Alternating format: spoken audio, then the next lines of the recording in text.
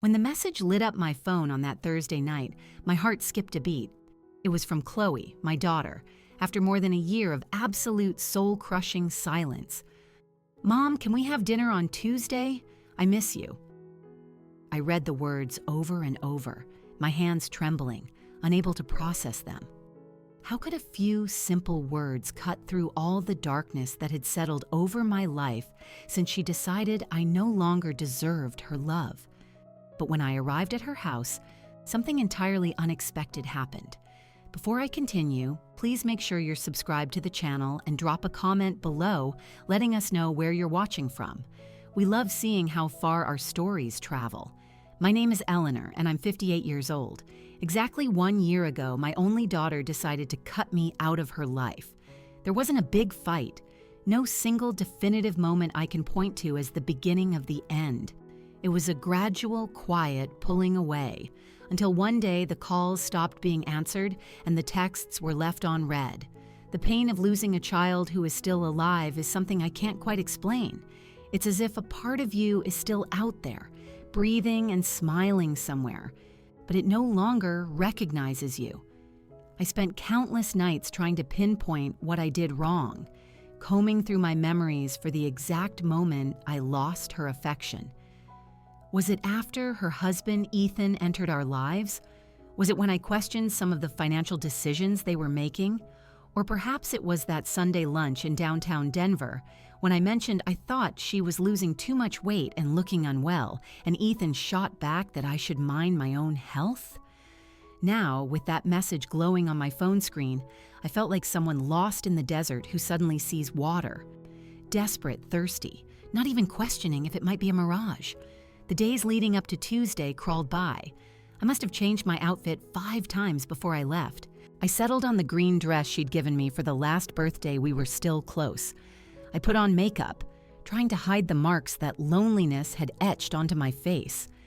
I got in the car and drove to the gated community where they lived, in the house I helped them buy when I was still welcome. I parked across from the gate at 7:45 p.m., a full 15 minutes before our agreed time. I didn't want to be late and give her any reason to regret the invitation. The front garden was different, more austere, with fewer flowers. I remembered when we planted the blue hydrangeas together, which were now gone. Taking a deep breath, I checked my hair in the rearview mirror and opened the car door.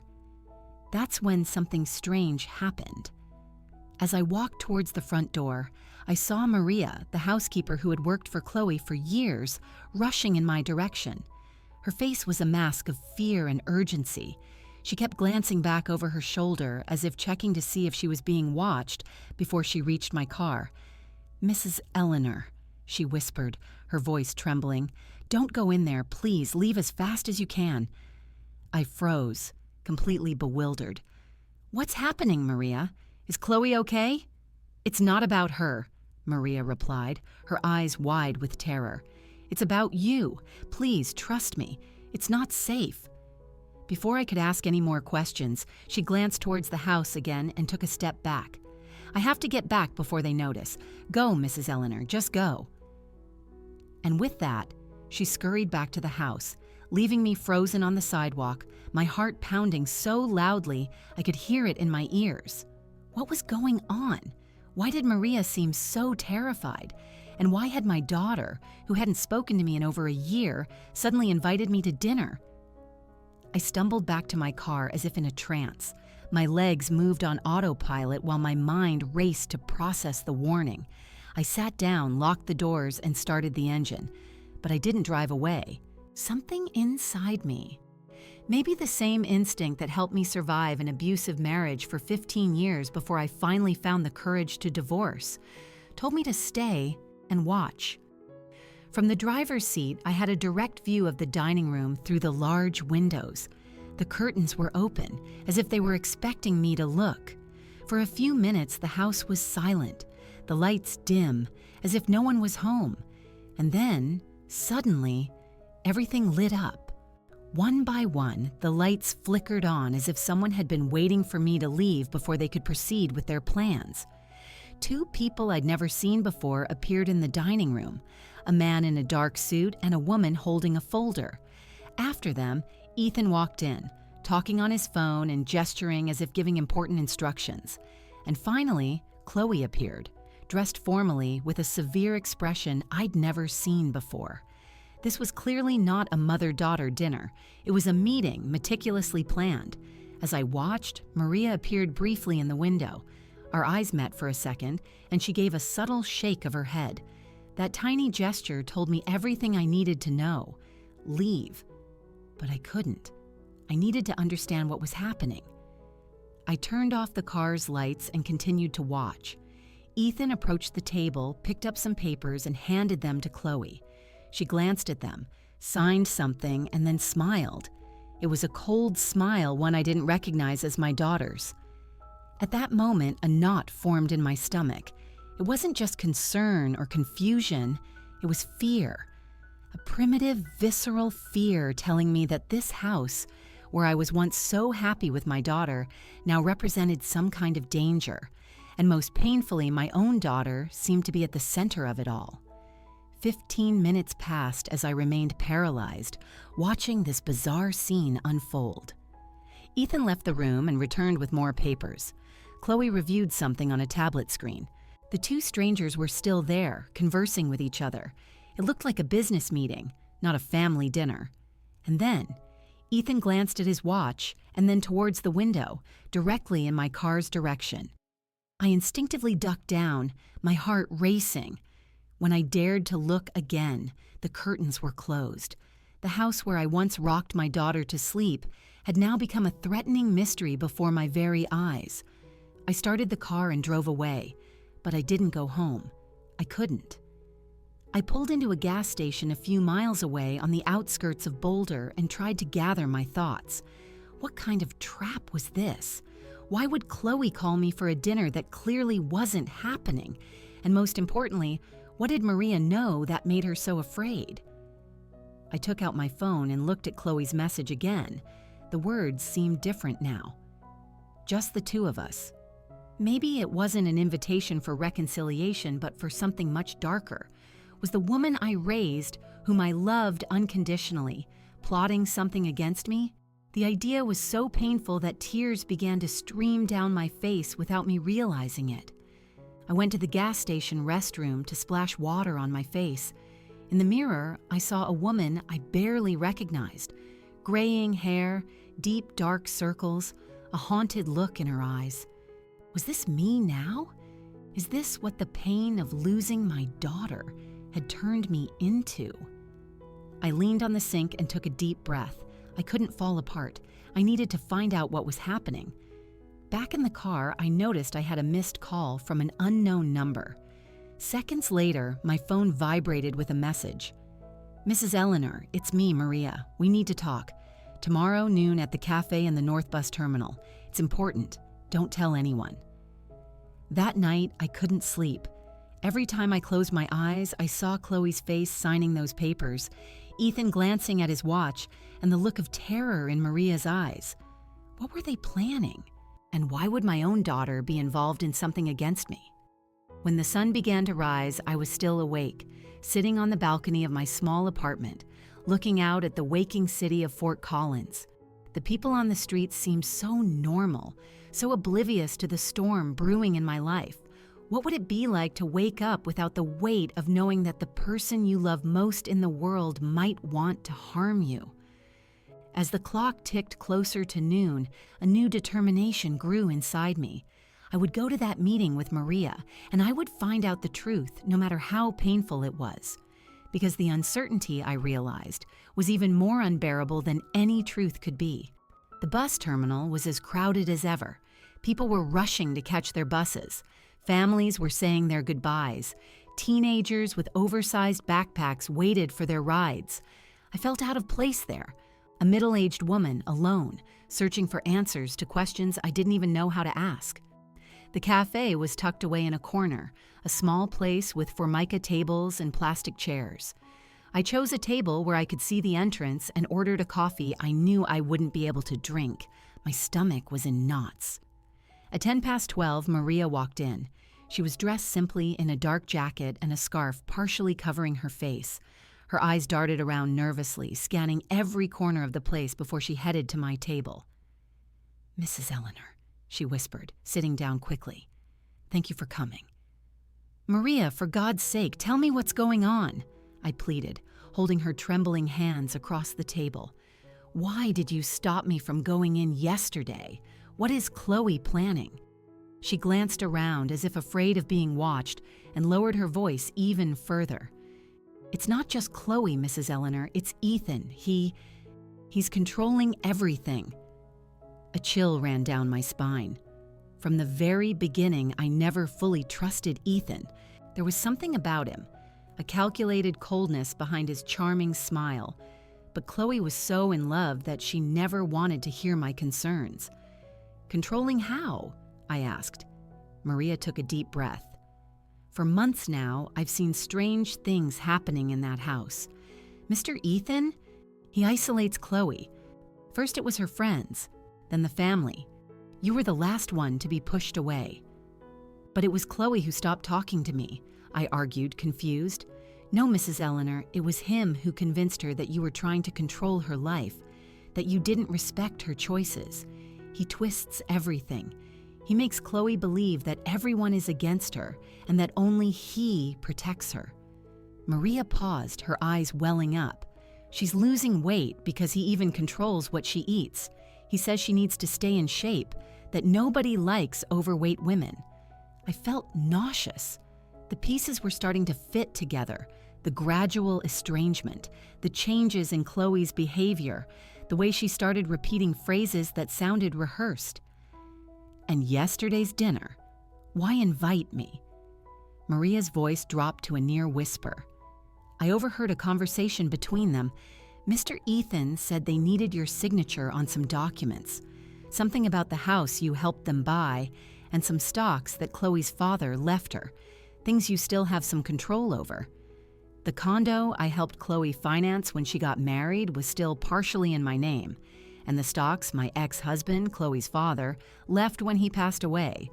I was the administrator until she turned 35, which would happen in a few months. They were going to make me sign papers to transfer everything to them? Not just that." Maria hesitated, her eyes fixed on mine. "I heard Mr. Ethan talking to a man on the phone. He said, 'After Tuesday, everything will be ours and no one will question it. The old woman won't be in the way anymore.'" My blood ran cold. The old woman. Is that what Ethan called me when he thought no one was listening? The thought of my son-in-law and my own daughter conspiring to take my assets was devastating. But there was something else in Maria's words, something she wasn't saying. "There's more, isn't there, Maria?" She nodded slowly, a tear rolling down her cheek. "Mrs. Eleanor, I think they wanted to hurt you. I heard Ethan talking about an accident, how it would be easy to make it look like you slipped on the stairs after drinking wine at dinner." The cafe started to spin around me. My own daughter? Contemplating my death? No, it couldn't be. That was too insane. "Chloe would never agree to that," I said, more to myself than to Maria. "The Chloe you knew isn't the same, Mrs. Eleanor. He manipulates her. She does everything he says. It's like she's hypnotized." I fell silent, trying to process it all. Part of me wanted to deny it, to say it was impossible. But another part knew Maria had no reason to invent something so horrific. "Why are you telling me this, Maria? Why risk so much?" Her eyes met mine, full of determination. "Because Chloe was a good girl before him. I saw her grow up, remember? I've worked for your family since she was 12. And because..." Her voice broke. "Because my sister died at the hands of a man just like Mr. Ethan, a man who controlled everything, who isolated her from everyone, who made her believe the world was a terrible place and only he could protect her." A lump formed in my throat. Maria was risking her job, perhaps even her safety, to warn me. "Do you have proof of any of this? Anything that can help us?" She nodded and pulled a small digital recorder from her purse. "I recorded some conversations and took pictures of documents I found in his office. They're preparing everything for after your..." After Tuesday, wills, transfers, everything.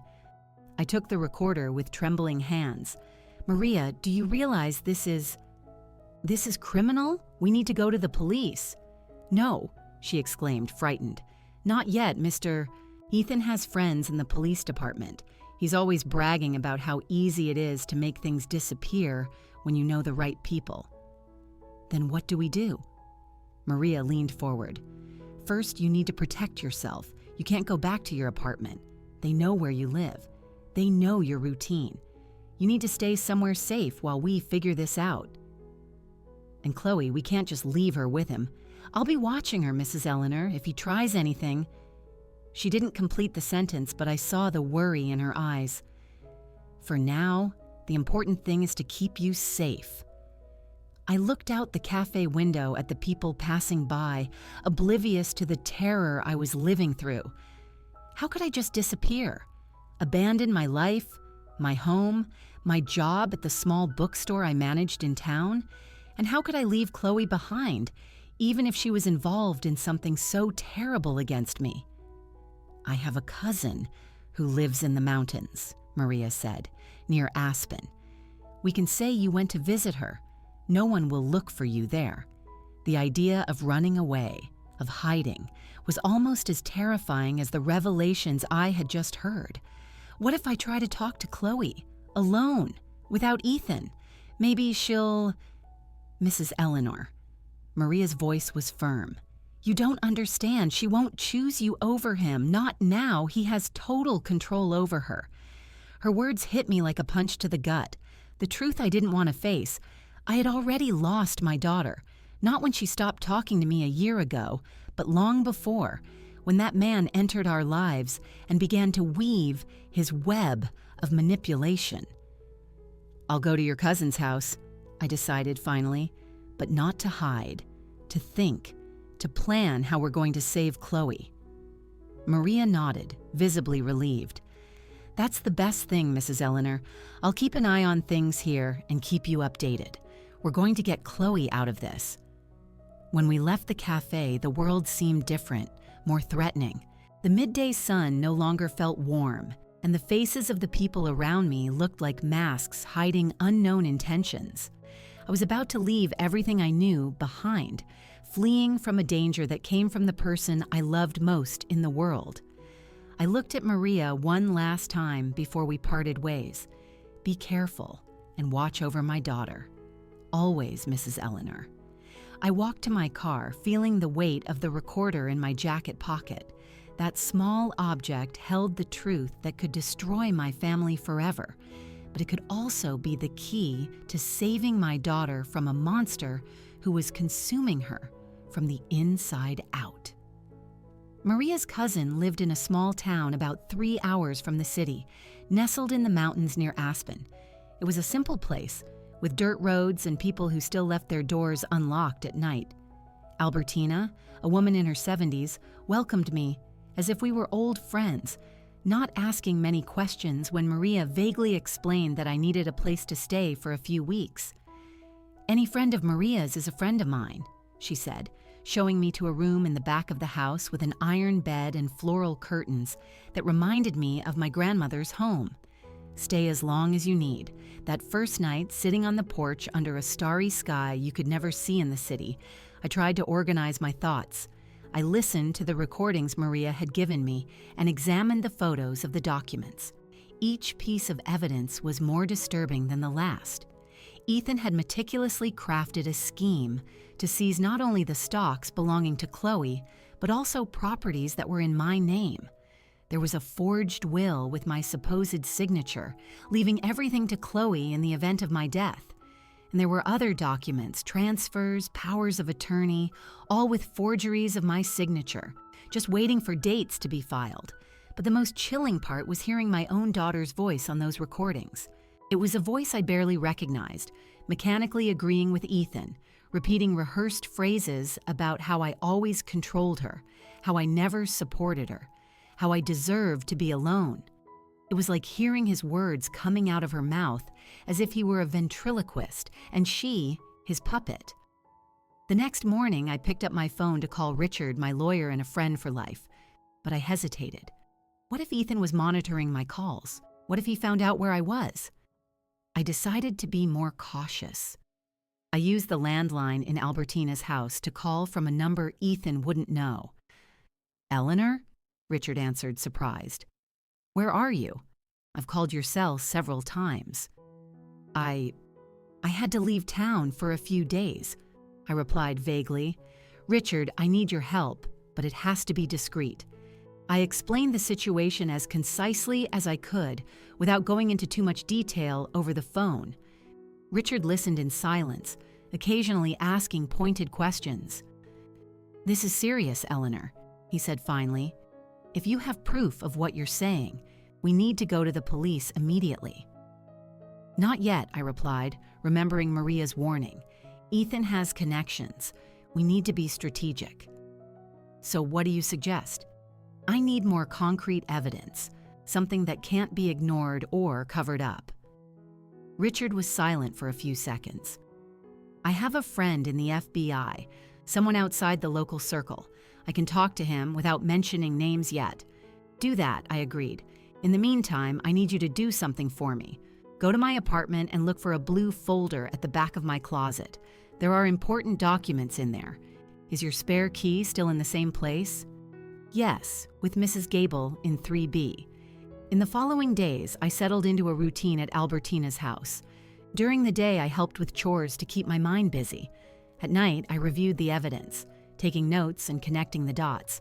Maria sent me short messages from a burner phone, updating me on the situation at the house. "Ethan is nervous, asking about you. Chloe seems confused. I heard an argument. He's making strange calls.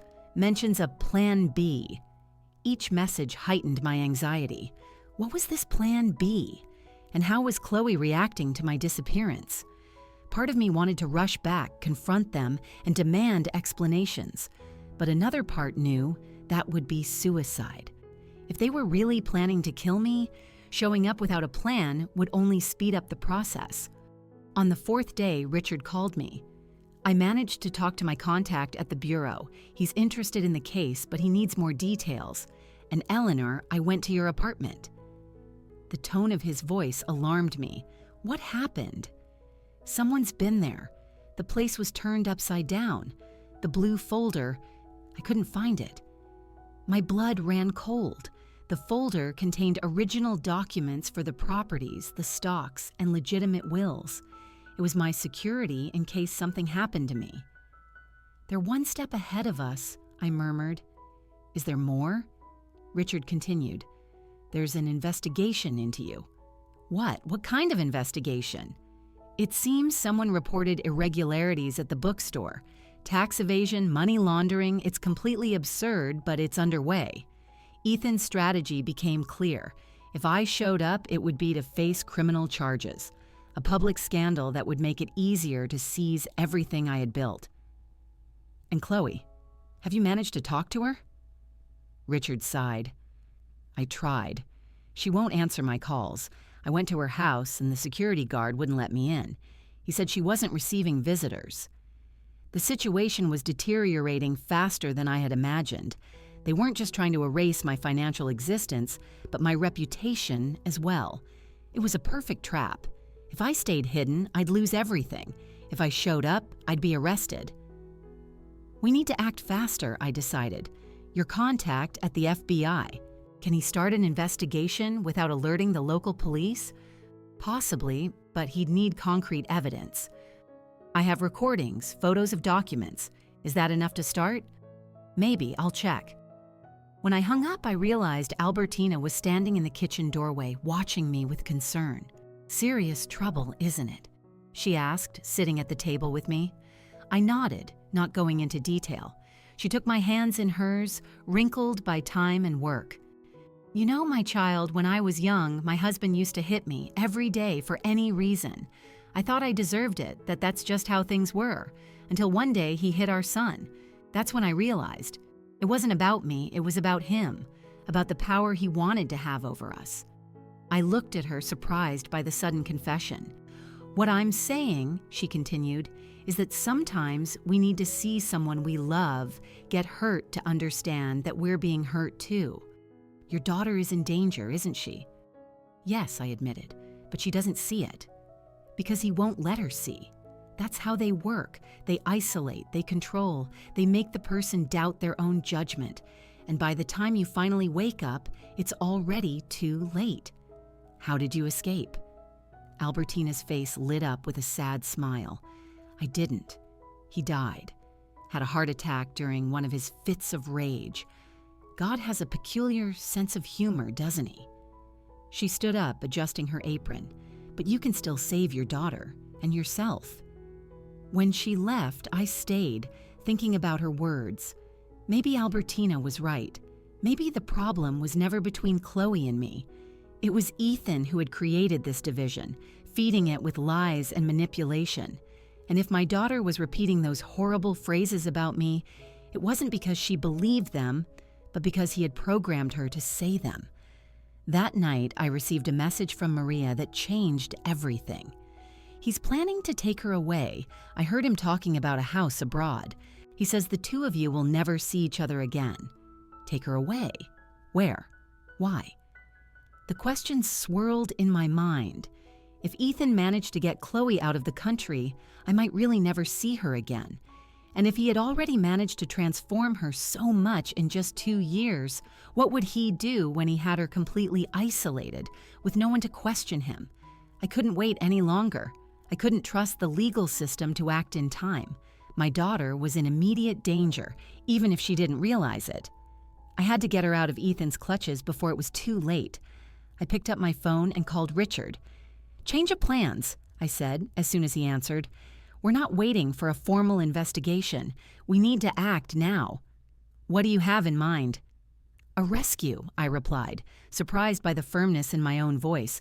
"We're going to get my daughter out of that house, and you're going to help me." The next 2 days were spent crafting a plan that, under normal circumstances, I would have considered insane.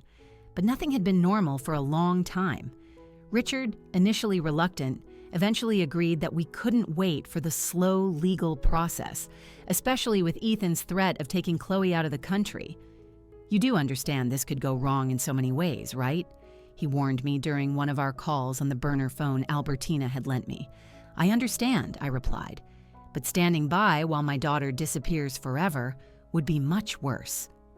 Richard had connections. One of them was Carlos, an ex-cop who now worked as a private investigator. Another was Denise, a psychologist specializing in victims of abusive relationships. Both agreed to help, more out of friendship with Richard than belief in my story. But that didn't matter. What I needed were competent people, not conviction. The plan was relatively simple. We needed to create a situation where Chloe would be alone, without Ethan, for long enough for us to talk to her. Maria would be crucial for this. She would inform us when Ethan left the house, preferably for several hours, and then we would act. "And what if she doesn't want to go with you?" Carlos asked during our meeting at a small diner on the highway, halfway between the city and the town where I was hiding. "She doesn't need to want to," Denise explained. "In cases of severe psychological manipulation, the victim rarely recognizes her situation. Our mission is to create a disruption in the control, to allow her to think for herself, even if it's just for a few hours." "What if he comes back while we're there?" I questioned, a shiver running down my spine at the thought. "I'll be prepared," Carlos replied, not elaborating, but his tone made me believe he knew how to handle men like Ethan. The opportunity arose 3 days later. Maria sent me a message at 9 in the morning. "He's going to Cancun today, business meeting, flight at 11 a.m. Won't be back until late tonight. She'll be home alone." My heart raced. It was now or never. I met Richard, Carlos, and Denise at the agreed-upon spot, a gas station 10 minutes from Chloe's house. Richard seemed nervous, constantly checking his watch. Carlos was calm, almost detached, as if we were just there for a casual coffee. Denise was reviewing her notes, likely preparing her psychological approach. "Remember," she said, "Chloe will probably resist. She might scream, cry, and accuse us of being against her. That's normal. The important thing is to stay calm and convey safety." At 10:30, we received confirmation from Maria. Ethan had left and his plane had already taken off. It was our signal. The drive to Chloe's house was made in tense silence. Each person in the car seemed lost in their own thoughts. I was trying to imagine what it would be like to see my daughter again after so long and under such strange circumstances. We reached the gated community. Carlos, wearing a delivery driver's uniform and carrying a fake package, managed to get the security guard to open the gate without question. Once inside, we drove slowly to the house. Maria was waiting for us in the backyard, out of sight of the neighbors. "She's in the living room," she reported, visibly nervous. "Watching TV. She's not well. She's barely left her room in the last few days." "Any sign of Ethan?" Carlos asked. "None. He called half an hour ago to check if she was home. That's what he always does, calls every hour when he's away." "So we have about 30 minutes before the next call," Richard calculated. "We need to be quick." We entered through the back door, which Maria had left unlocked. The house was silent except for the low sound of the television coming from the living room. I walked ahead, my heart pounding so hard I thought it could be heard. And then, after more than a year, I saw my daughter. Chloe was sitting on the sofa, wrapped in a blanket, despite the heat of the day. She was so thin I almost didn't recognize her. Her hair, once long and shiny, was lifeless, pulled back in a messy bun. Deep, dark circles marked her pale face. My beautiful daughter, always so full of life, looked like a ghost of her former self. She didn't notice our presence at first, absorbed in some TV show she didn't even seem to be really watching. When she finally saw me, her eyes widened in shock. "Mom?" she whispered, as if she couldn't believe what she was seeing. "Hello, sweetheart," I replied, trying to keep my voice steady despite the tears threatening to fall. She stood up abruptly, dropping the blanket. She was wearing baggy pajamas that further accentuated her alarming thinness. "What are you doing here? How did you get in?" I immediately detected the fear in her voice. It wasn't just surprise, it was panic. "We need to talk, Chloe," I said, taking a step in her direction. "I'm worried about you." She backed away, looking nervously at the strangers accompanying me. "You can't be here. Ethan will be back soon. You have to leave." "Your husband is in Cancun," Carlos informed her calmly. "He won't be back until tonight." The panic in Chloe's eyes grew. "How do you know that? Are you spying on me? I'm calling the police."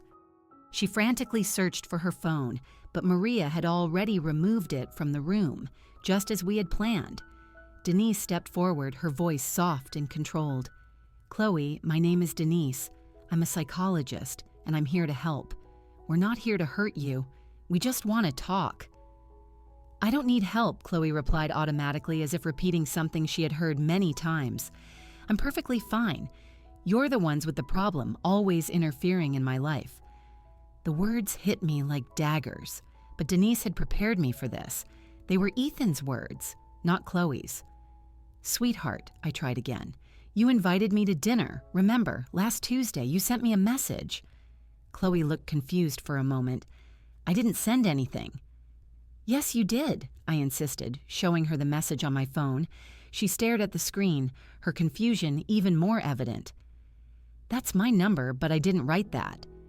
"It was Ethan, wasn't it?" I asked gently. "He took your phone and sent that message pretending to be you." Chloe opened her mouth to deny it, but then closed it again, as if something was clicking in her mind. He said it would be good for us to reconcile, that he felt I was sad about not talking to you anymore. But then he said you canceled, that you didn't want to see me." I was here, Chloe, at the agreed time, but Maria stopped me from coming in because she heard Ethan planning something against me. Chloe looked at Maria, who nodded silently. "It's true, honey. I heard him talking about making it look like an accident, about how you would inherit everything after your mom fell down the stairs."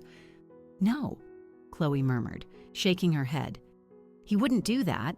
He loves me. He protects me." "Protects you from what, Chloe?" Denise asked, her voice still calm. "From the world? From the people who love you? Look at yourself. Are you happy? Are you healthy? Or are you scared all the time?" Chloe started to cry. her shoulders shaking under the weight of the questions. I wanted to run to her, hug her, and tell her everything would be okay.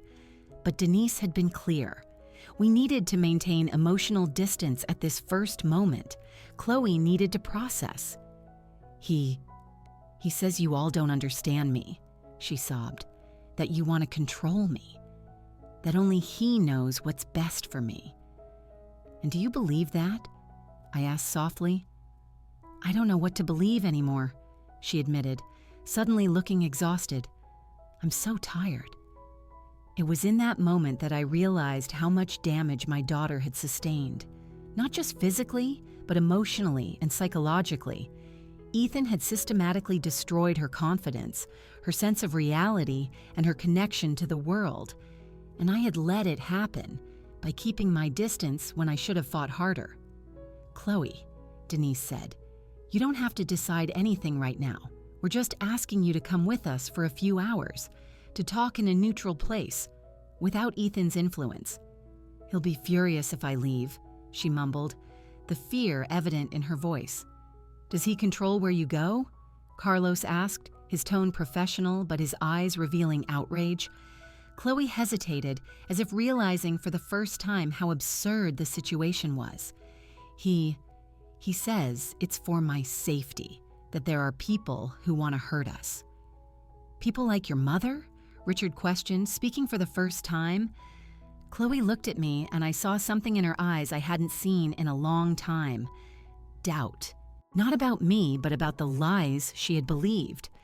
He said you wanted to drive us apart because you were jealous, because I had a perfect marriage, and you failed at yours. I took a deep breath, feeling the sting of those words, but understanding they weren't really hers. Chloe, your father and I separated because he was unfaithful.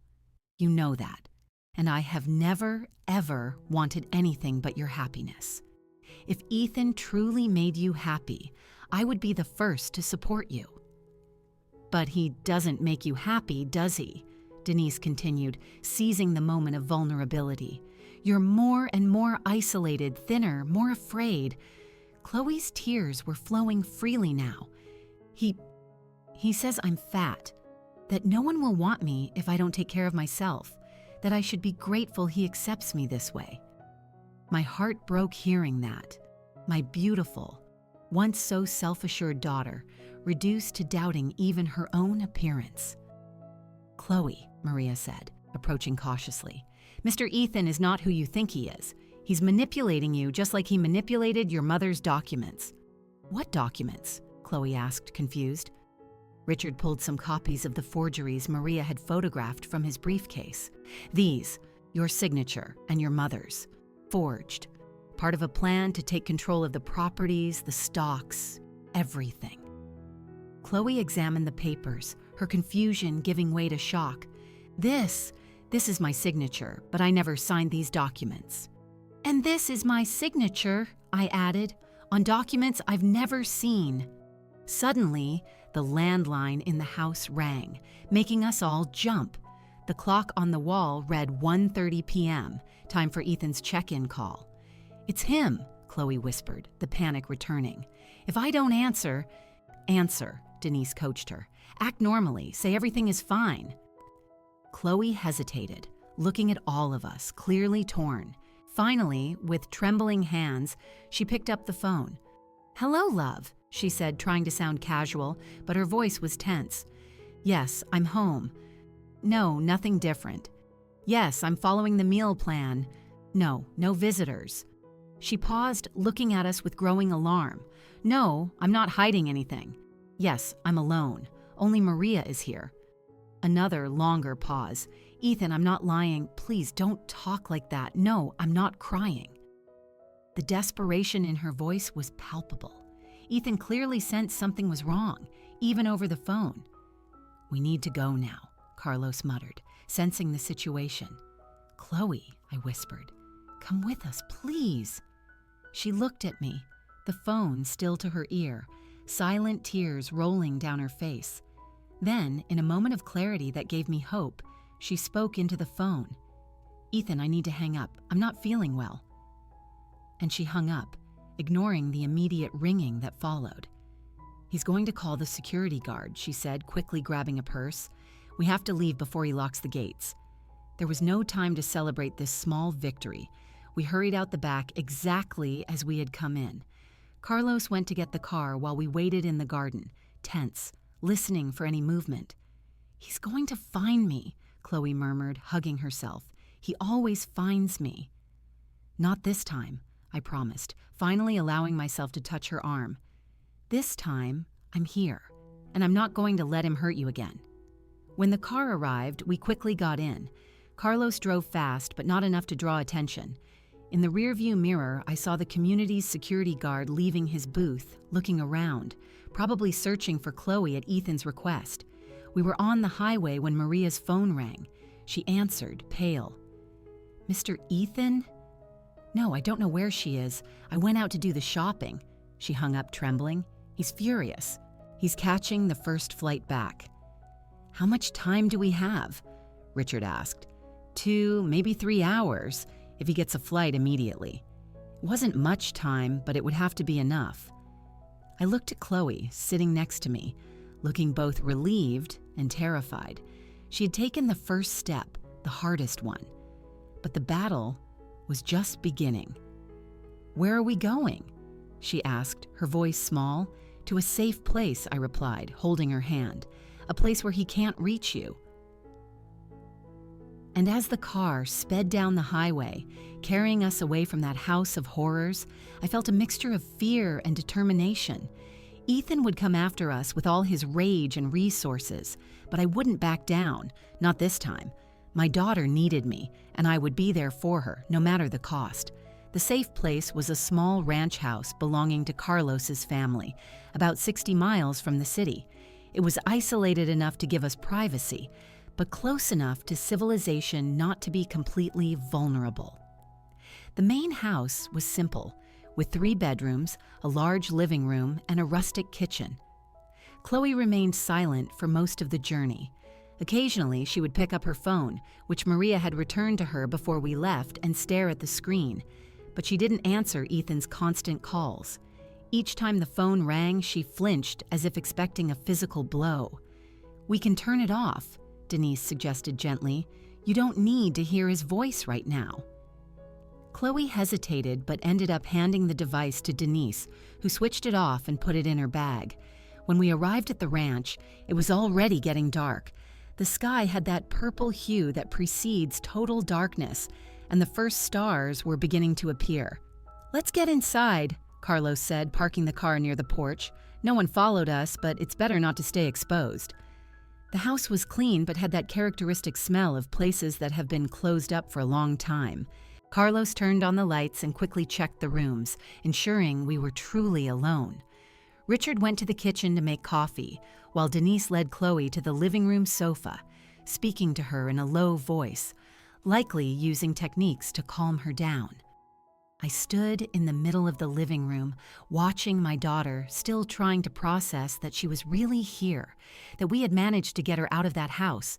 It felt surreal, like a dream I was afraid to wake up from. "You two need to talk," Denise said, standing up. "I'll go help Richard in the kitchen." I sat next to Chloe, maintaining a respectful distance. She was hunched over, as if trying to take up as little space as possible. Her thin, pale hands were twisting nervously in her lap. "How are you feeling?" I asked, knowing it was a silly question, but not knowing where else to start.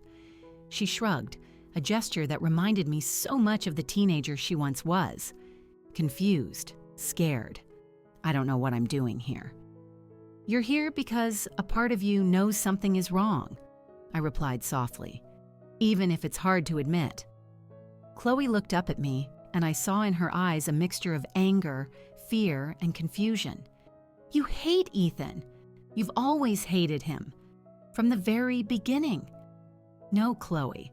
I grew wary of him when I saw how he was changing you, how he was pushing away everyone who loved you." "He protects me," she replied automatically, but her voice lacked conviction. "From what, sweetheart? From whom?" "From your mother, who only wants to see you happy. From your friends you haven't seen in over a year? From your own life that you gave up for him?" She didn't answer, but I saw tears forming in her eyes. "Chloe, look at yourself," I continued, trying not to sound accusatory. "You're so thin I barely recognized you. You're terrified of a phone call from your own husband. You live in isolation, without friends, without family. Is that protection? Or is it a prison?" A tear escaped and slid down her cheek. He says it's for my own good, that I was naive, that people wanted to take advantage of me." "And who took advantage of you, honey? Your friends who called you every day until you stopped answering? Me, who called you for months without a response? Or the man who controls what you eat, where you go, who you talk to?" She covered her face with her hands, sobbing silently. I wanted to hold her, but I knew I needed to let her process her own emotions. Chloe needed to reach her own conclusions. "When was the last time you felt genuinely happy?" I asked after a moment. She looked up, thoughtful. I don't know. Before, I guess. Before everything got so complicated. Before he started isolating you. Before he made you doubt yourself and everyone around you." Chloe nodded slowly, as if admitting something to herself for the first time. "It was different at the beginning. He was attentive, loving. He made me feel special." "That's how they work," Richard said, returning to the living room with a tray of coffee. "They start by making you feel like the most important person in the world. Then slowly, they chip away at you, isolate you, until you're completely dependent on them." Chloe looked at him, curious. "How do you know that?" Richard placed the tray on the table and sat in the armchair opposite us. "My sister went through something similar. It took us years to realize what was happening. By the time we finally got her out of that situation, she was barely the person we knew." "And how is she now?" Chloe asked, a flicker of hope in her eyes. "Better. Not fully recovered. I doubt anyone ever fully recovers from that kind of abuse. But she's living again. She has friends. She works. She smiles. Simple things that seemed impossible before." The word abuse made Chloe cringe. "He never hit me," she murmured. "Abuse isn't just physical, Chloe," Denise explained, joining us. "Control, manipulation, isolation, gaslighting, those are all forms of abuse." "Gaslighting?" Chloe repeated, confused. "It's when someone makes you doubt your own perception of reality. When they say things that happened didn't happen, or that you're imagining things. When they turn your legitimate concerns into paranoia." Chloe fell silent, and I could see the gears turning in her mind, connecting dots, replaying memories under a new light. He does that," she finally admitted, her voice almost inaudible. "When I say I'm worried about something, he says I'm overreacting. When I remember something he said or did, he swears it never happened, that I'm confusing things. And when someone like your mother tries to warn you," Denise continued, "he convinces you that person has an ulterior motive, that they're trying to separate you out of jealousy or malice." Chloe looked at me, comprehension slowly dawning in her eyes. "He said you were controlling, that you wanted me to fail so I would stay dependent on you." "I just wanted you to be happy, sweetheart," I replied, feeling my own voice break, "and I could see you disappearing before my very eyes."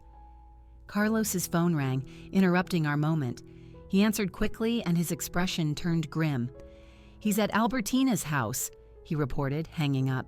"One of my contacts in the local PD tipped me off. Ethan managed to trace a call you made from there, Eleanor. He's furious, threatening everyone." My blood ran cold. "Is Albertina okay?" "Yes, she wasn't home, but he's questioning the neighbors, showing photos of you and Chloe. It's only a matter of time before someone mentions seeing you leave together." Chloe turned even paler, if that was possible. "He's going to find us," she whispered, panic evident in her voice. "No, he won't," Carlos assured her. "No one knows about this ranch except people I completely trust, and we're prepared if he tries anything. Prepared how? I asked, alarmed. Carlos opened his jacket, revealing a handgun holstered at his waist. I'm an ex-cop, remember? I have a legal permit, and I won't hesitate to use it if he threatens anyone here. The sight of the gun unsettled me, but it also brought a strange sense of relief. Ethan wasn't the type of man to back down from words or empty threats. He was dangerous, and perhaps we needed real protection. What do we do now? Richard asked. He's clearly willing to do anything to find you. We need to take the evidence we have and go to the FBI, I decided. First thing tomorrow morning. The longer we wait, the more dangerous this gets. Agreed, Carlos said. I have a friend who can escort us to the field office, ensure we're heard by the right people. I looked at Chloe, who was trembling slightly. Are you willing to testify against him? To tell them what he did to you, to our family? She hesitated, fear still evident in her eyes, but then, slowly, she nodded. Yes. I'm tired of living like this, tired of being scared all the time. Those simple words filled me with hope. My daughter was coming back slowly, finding her voice, her strength. Then it's settled, Richard declared. First thing tomorrow, we go to the office. Tonight, we rest. Carlos organized a watch schedule. He and Richard would take turns ensuring no one approached the house during the night. Denise prepared a mild sedative for Chloe, who was obviously exhausted, both physically and emotionally. I walked her to one of the bedrooms where she lay down without even changing her clothes. I sat beside her on the bed, watching her weary face. "Mom?" she murmured, already half asleep from the medicine. "Yes, sweetie." "I'm so sorry for everything, for believing him instead of you." I stroked her hair just as I did when she was little. "It wasn't your fault, honey. Men like Ethan are experts at manipulation. You had no way of knowing." "I should have known," she insisted, her eyes closing. "I should have seen the signs." "Shh," I whispered. "Rest now. We'll have time to talk about all of this tomorrow." She took my hand, squeezing it weakly. "Don't leave me, Mom, please." "Never again," I promised, feeling tears well up in my eyes. "I will never leave you alone again." I stayed by her side until she was completely asleep, her breathing deep and regular. Looking at her like this, vulnerable and exhausted, I silently renewed my promise. No one would ever hurt my daughter again. No one would make her feel small or insignificant. Not Ethan, not any other man. When I was sure she was sound asleep, I quietly left the room. In the living room, I found Richard, Carlos, and Denise talking in low voices. "How is she?" Denise asked. "Sleeping," I replied, suddenly feeling exhausted myself. The medicine worked quickly. "She needs that rest," Denise said. "Her body and mind have been on high alert for a long time. It's draining to live under that kind of stress." I sat with them, accepting a cup of coffee that Richard offered me. "What do you think will happen tomorrow?" I asked. "If all goes well, Ethan will be brought in for questioning," Carlos explained. "With the evidence we have, the recordings, the forged documents, the testimony from you, Chloe, and Maria, there's a good chance we can get an immediate restraining order." "And if it doesn't work?" I questioned, the fear creeping back in.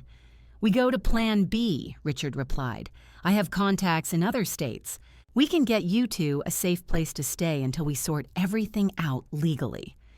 The idea of fleeing, of hiding with Chloe somewhere distant wasn't ideal, but I would do anything to keep her safe.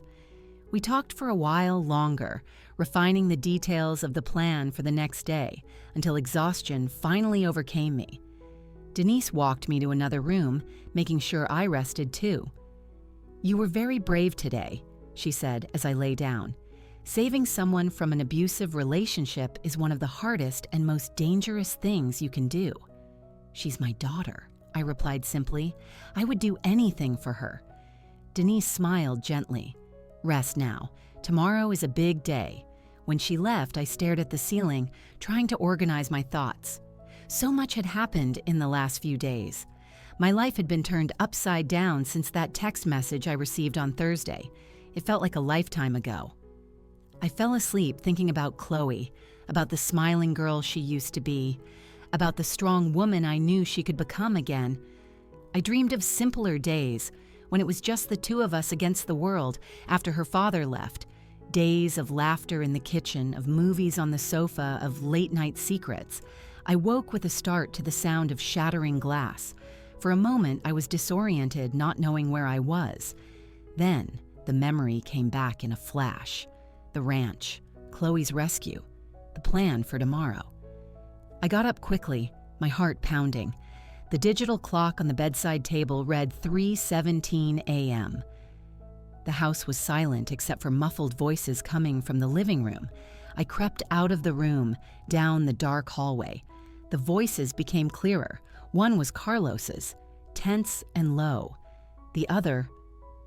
My blood ran cold. It was Ethan. "Where are they?" his voice demanded with a chill that made my hair stand on end. "I already told you, I don't know what you're talking about," Carlos replied, his voice controlled but firm. "Don't take me for an idiot," Ethan snarled. "I know Eleanor took my wife. I know you're helping her, and I know they're here." I stopped at the corner of the hallway, hidden in the shadows. From my position, I could partially see the living room. Carlos was standing, blocking Ethan's path. His hand was near his waist, where I knew he kept his gun. Ethan had his back to me, but his posture was aggressive, intimidating. "You're trespassing on private property," Carlos said, still calm. "I suggest you leave before I call the police." Ethan laughed, a cold, cruel sound. "The police? You really think they'll believe you? I have friends at the precinct. They know my wife is going through psychological problems, that her mother is exploiting that to turn her against me." My heart raced. Ethan had already prepared the ground, building a narrative that made us look like the villains. Typical of an abuser, always thinking ahead, always controlling the narrative.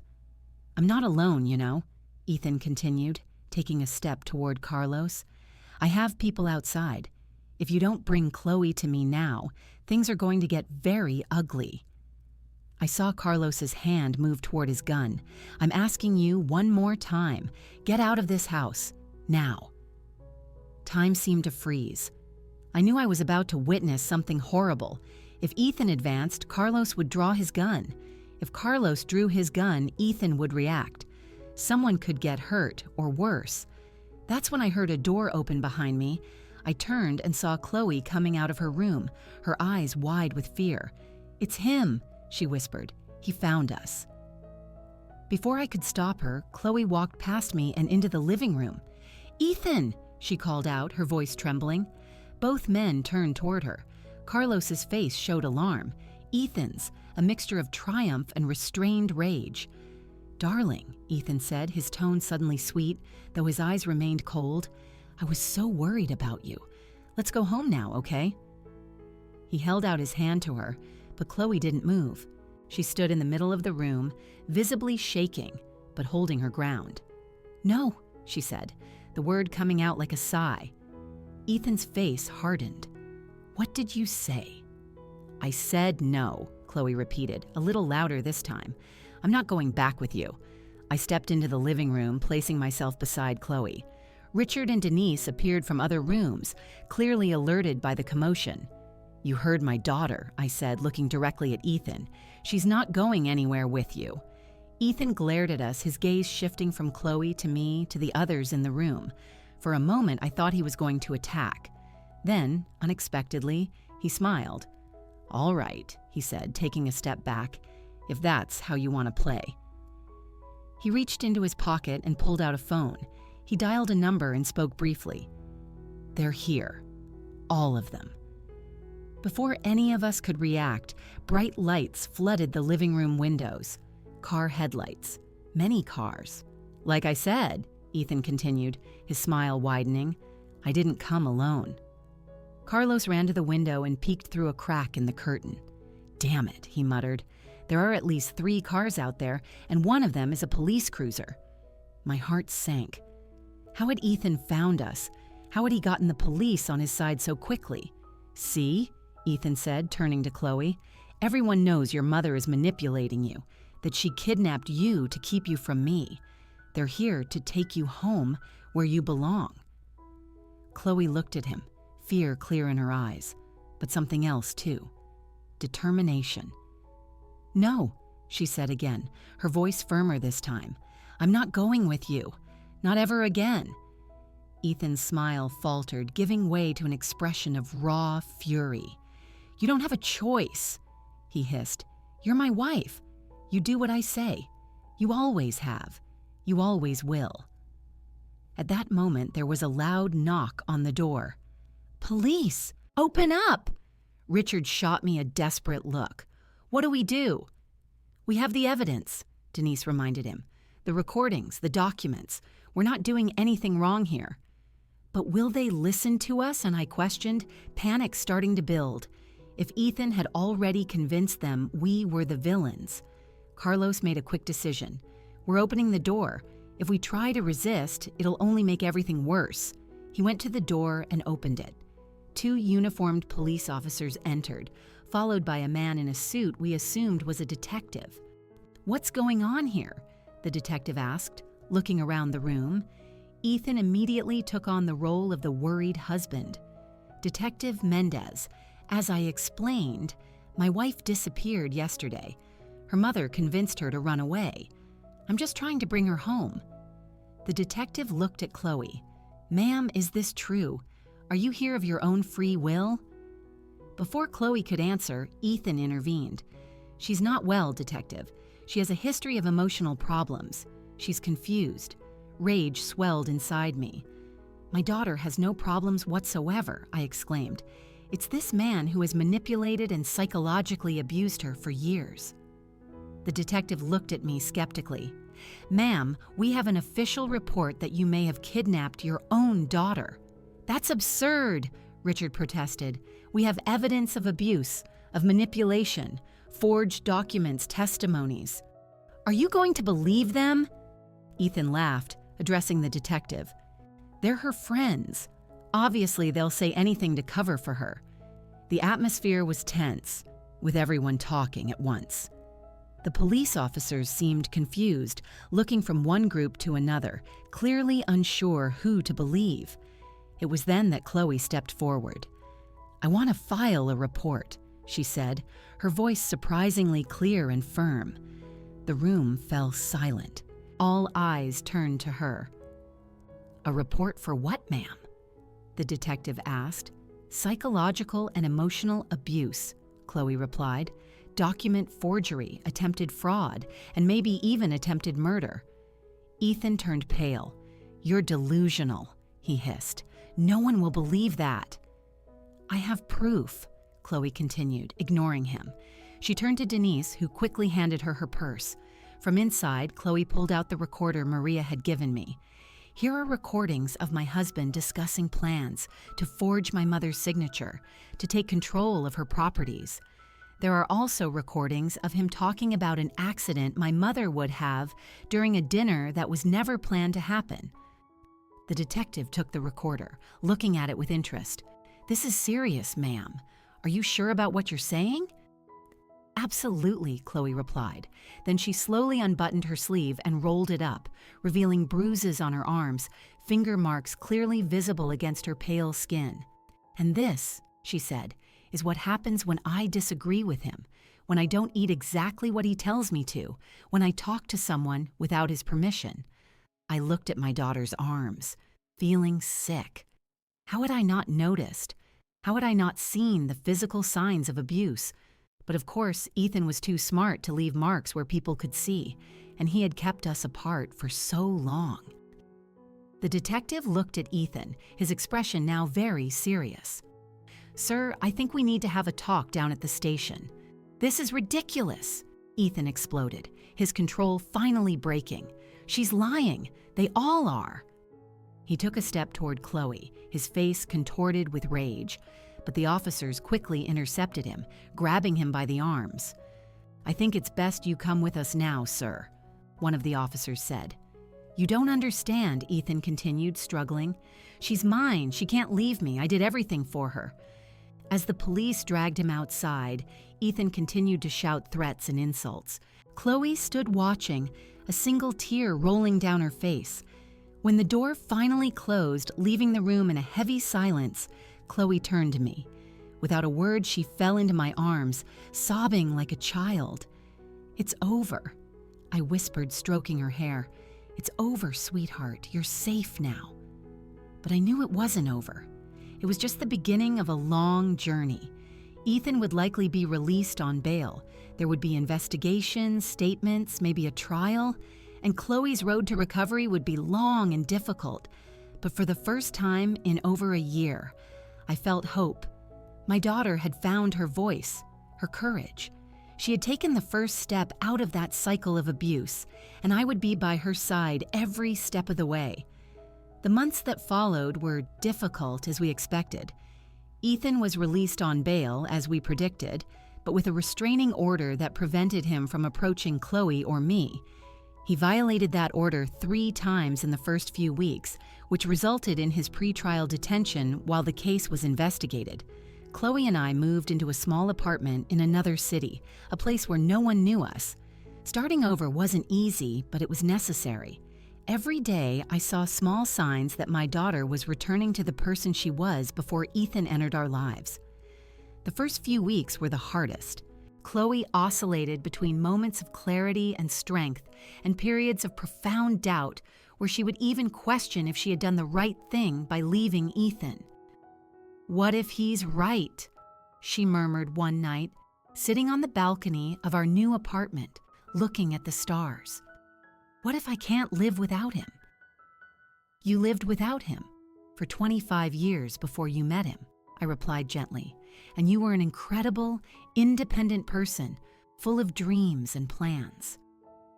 "I don't remember that person anymore," she admitted, her voice almost a whisper. "I remember her," I said, holding her hand, "and I'm going to help you find her again."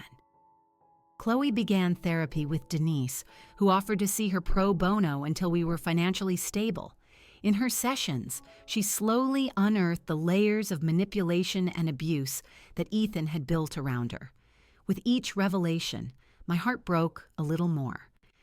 How he controlled what she ate, insisting she was overweight when she was actually dangerously thin. How he checked her phone daily, deleting messages from friends and family, sometimes replying as her to push people away. How he had gradually convinced her that I was toxic, controlling, and jealous of their happiness.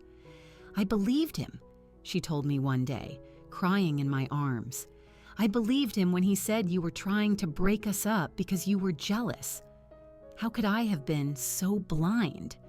"Manipulators are experts at distorting reality," I explained, repeating what Denise had taught us. "They find small insecurities and exploit them, turning them into walls that separate you from the people who love you." Richard handled the legal process. The investigation revealed much more than we had expected. Ethan hadn't just forged signatures on documents. He had created an elaborate scheme to transfer not only Chloe's properties and stocks, but also mine, to offshore accounts. There was evidence of other financial crimes involving other partners he had manipulated over the years. "He's a serial predator," Richard explained, showing us the reports. "You weren't the first victims, but I hope you'll be the last." When the case finally went to trial 6 months after that night at the ranch, Chloe was strong enough to testify. I watched her in court telling her story with a clarity and firmness that brought tears to my eyes. She was no longer the fragile, frightened woman we rescued from that house. Ethan was convicted on multiple charges, including fraud, forgery, psychological abuse, and attempted grand larceny. The sentence was 15 years, with no possibility of parole for the first 8. When we walked out of the courthouse that day, Chloe took a deep breath, looking up at the blue sky above us. "It's strange," she said. "I still love him in some twisted way. It's like a part of me still wants to believe that everything we went through was real, that he really did care." "What you felt for him was real," I replied. "The problem is that what he felt for you wasn't love, it was possession. And there's a huge difference between the two." She nodded slowly. "I'm going to need time to unlearn everything he taught me, to trust others and myself again. You have all the time in the world, honey, and you're not alone on this journey. 5 years have passed since that night at the ranch. 5 years of healing, of rebuilding, of rediscovery. Chloe finished her master's degree and now works at a support center for victims of domestic violence. I continue to run my bookstore, which has become not just a business, but a welcoming space for community and awareness. Ethan is serving his sentence, with no right to contact us. Occasionally, we get news about him through Richard, who keeps an eye on the case. Apparently, he's found a new victim through correspondence, a woman who believes she's communicating with a wrongfully convicted businessman. The authorities have been alerted, and the communication is being monitored. Some scars never completely fade. There are moments when Chloe jumps at a sudden noise, or when her gaze becomes distant as something reminds her of those years. There are nights when I still have nightmares about what could have happened if we hadn't acted in time. But there are also moments of pure joy, of freedom, of peace. Like today, a Sunday afternoon when we're hosting friends for a barbecue in the garden of the small house we bought together. Chloe is smiling, chatting animatedly with a group, her confidence restored, her inner beauty once again visible to all. Maria is here too. She left her job at Ethan's house, which was sold to pay settlements, and now works with us at the bookstore. She and Chloe have developed a strong friendship, bonded by their shared experience. Richard, Carlos, and Denise have become part of our chosen family.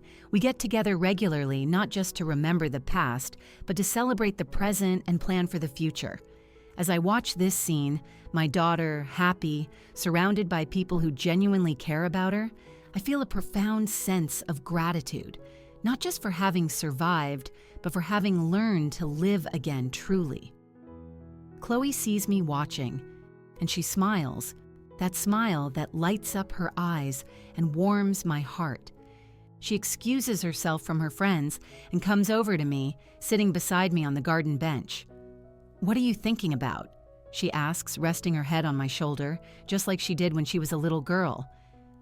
"About how strange life is," I reply. "About how sometimes we have to go through hell to find our way back home." She nods, understanding perfectly. "You know what I learned from all this?" she says after a moment of silence. "What, honey?" "That real love doesn't imprison, it doesn't control, it doesn't diminish. Real love liberates, it strengthens, it makes you grow." She squeezes my hand. "Like yours for me?" Silent tears roll down my face. 5 years ago, I was desperate, sitting in my car, watching my daughter through a window, trying to understand how we had reached that point. Today she is here, by my side, free from the invisible chains that held her. And I am here, witnessing the miracle of her recovery, knowing that no matter how dark the night, there is always, always a chance to start over when the dawn comes. "Mom?" Chloe says, interrupting my thoughts. "Yes?" "Thank you for never giving up on me." I kiss her forehead gently. "That's what mothers do, sweetheart. They never give up."